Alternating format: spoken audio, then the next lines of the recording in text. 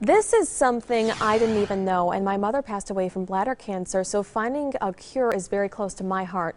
Colon cancer is the #2 killer for cancer, and that's why these two gentlemen got up so early with us to share why you should get your rear in gear. That's the fun title of a fun run walk event that's happening next week in Wauwatosa. Rob Veit is a colon cancer survivor, and Dr. Kirk Ludwig is the chief of colorectal surgery at Frederick Hospital and the Medical College of Wisconsin. A very strong title. So, doctor, can you tell me what is the biggest sign that someone has some type of colon cancer? Well, the most common symptoms are seeing blood in your bowel movement, or having a change in your bowel habits, or having abdominal pain. But really the message should be that what we want to do is not let things progress to the point where you actually have symptoms. It's much better to be aware of the importance of screening and have screening so that you can entirely prevent the cancer in the first place. So that's what we really like to emphasize to people, is to get screened as opposed to wait for symptoms to develop. And the average person at average risk should be 50 years or older and get screening. Right. So when you get to be about 50, you should have a conversation with your primary care physician about screening.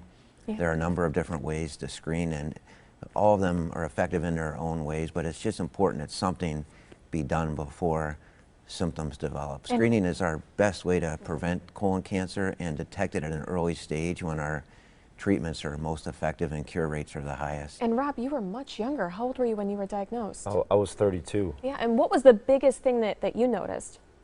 You just really got to trust your body. You got to be your own advocate for yourself and listen to your body. Those are some of the signs that I finally did. I blamed it on stress initially. So tell me about the Run Walk event happening next weekend.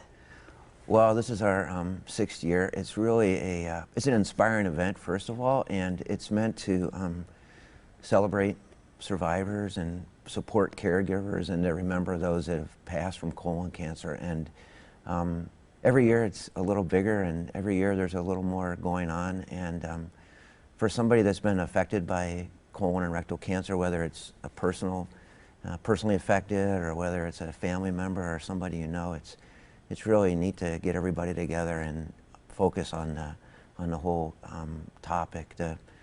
Every year we raise funds that help support awareness and education and research efforts at the medical college. Yeah, and we've been running in our lower third graphics here just some statistics, like 1 in 20 will get it in their lifetime.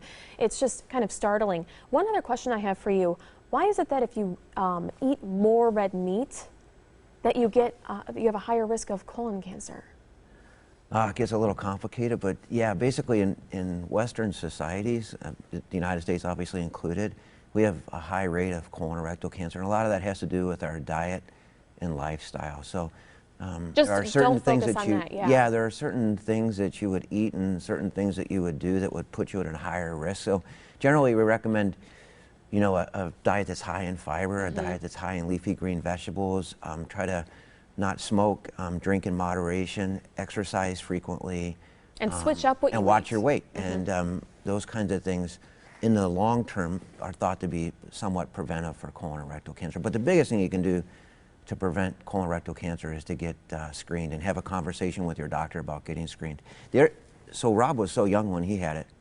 So most people start at 50, but in people that have a family history, it's really important to start that conversation with your family doctor much earlier than the age of 50. Thank you so much, Dr. and Rob. To sign up to get the Rear in Gear 5K Run Walk the morning of Saturday, October 8th, that's next weekend at the Rotary Performance Pavilion, Wauwatosa. We have all the information right now in the links section of TMJ4.com. Thanks for waking up with us.